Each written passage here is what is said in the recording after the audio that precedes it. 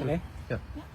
Hi, sir. Attorney, how are you? And Good how's morning. PRD? He's doing well? He's in good spirits. Okay, thank you. And does PRD have any message for the Filipino people now that May 12 election are fast approaching? He asked for calm and restraint. He knows that there are elections in the offing. He knows that the people are very interested in his welfare. Mm-hmm. And he also knows that there is a tendency, perhaps, for people to get excited Yeah. and not to respect the judicial process. He insists that the judicial process be respected, that there be no interference in that at all. Thank you, Attorney. And Attorney, how do you respond to the ICC judge's rejection of your proposal? Do you believe it undermines the rights of the accused in any way? Well, this whole thing about the judges rejecting my proposal, that never happened.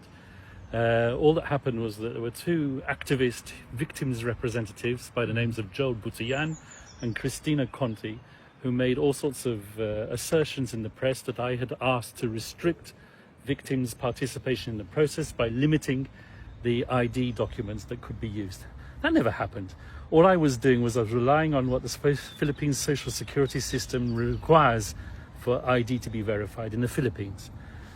What they don't tell you is that they were not accepted at this present moment in time to be representatives of the victims, rather the OPCV, which is the unit which is dedicated to representing victims at the ICC. So this is not a question of the judges rejecting something that the defence asked for.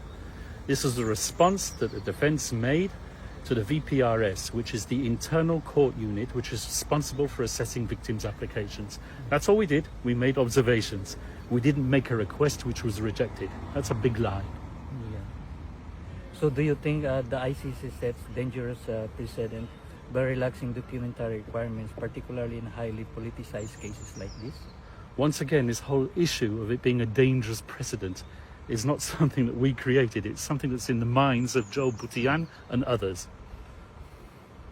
Thank you, Attorney. And lastly, Attorney, what is your message to the Filipino people closely watching the process unfold? Respect the judicial process, respect the judges, and respect former President Duterte's right to a fair trial.